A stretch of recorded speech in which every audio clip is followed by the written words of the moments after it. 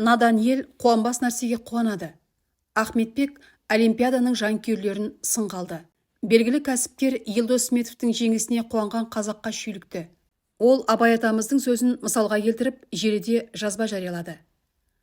Олимпиада деген нәрсе болайын деп жатқанын осы әлеуметтік желіде Рибакина олимпиадаға бармады, қазақтың туын менсінбейді деген мақаладан.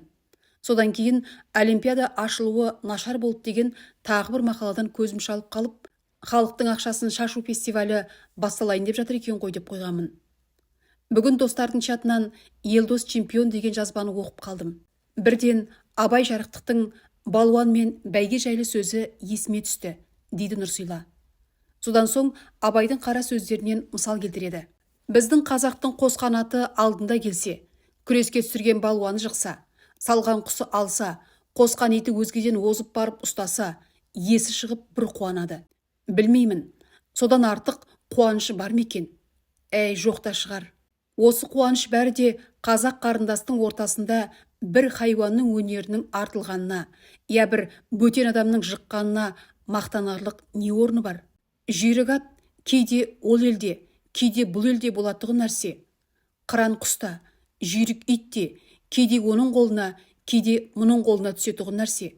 Күшті жігіт те үнемі бір елден шыға ма? Кейде ана елден, кейде мына елден шығады. Мұның бәрін адам өз өнерімен жасаған жоқ. Бір озған, бір жыққан үнемі озып, үнемі жығып жүрмейді.